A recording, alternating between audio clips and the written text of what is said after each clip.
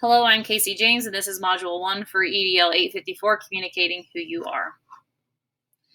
I am a high school agricultural educator. I'm in my 12th year of teaching and in my 3rd year of teaching at Jayhawk High School in Southeast East Central Kansas.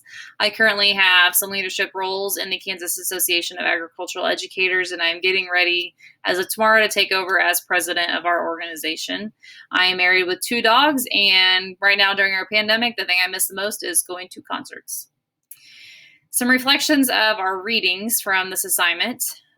The first thing read about is basically how is money controlled in different schools. There can be 2 different ways that that's controlled.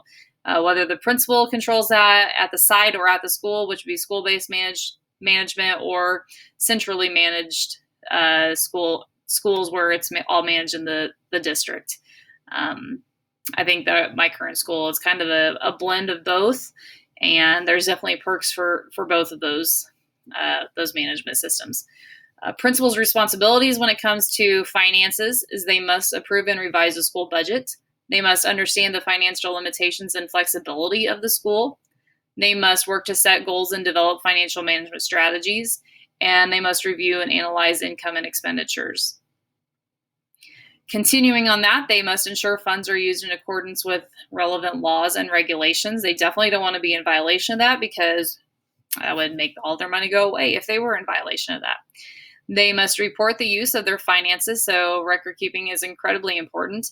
And one that I was a little confused on this article, I thought that a lot of the principal responsibilities on this article sounded more like a superintendent's responsibilities, but it did list on this website that a principal's responsibility is to ensure that teacher salaries are in line with the Department of Education standards. Actually, a lot of things on that website just kind of sounded more like superintendent responsibilities. So I'm curious to learn a little bit more about that. The last article was about the future of principals' power and funding. Read about how some states have education savings accounts where parents can use money from the government, whether it's state, and they can use that, for private school tuition, whatever the case may be. They can use that at their own discretion. And then also the author talked about the need for principal empowerment accounts where the principals would receive per pupil funding allotment, and that would give them a little bit more power about how the money is being spent in their district or in their school, and principals know how it needs to be spent, so it would make more sense if we had more of that. In my personal experience at Jayhawk, I don't see all the behind-the-scenes stuff. I'm not sitting behind my principal's desk when he is going through his financing tracker. What I do see is that he communicates with us about when we are going to be doing our annual purchases, when we need to do our requisitions. He gives us a date, a deadline. He gives us a budget, and then he approves those requisitions. And he works with the board office to make sure all of that is done in a timely fashion and within the budget. Some personal concerns I have as a future principal: if there's ever changes in legislation that would impede on school spending, you never know what's going to happen in Topeka.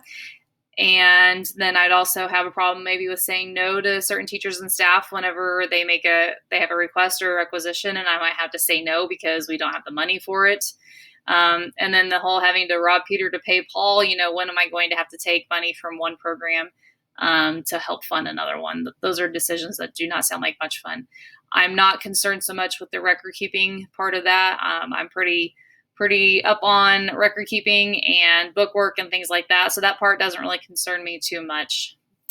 And that pretty much sums up my presentation, and I look forward to interacting with you all for the rest of the 8 weeks.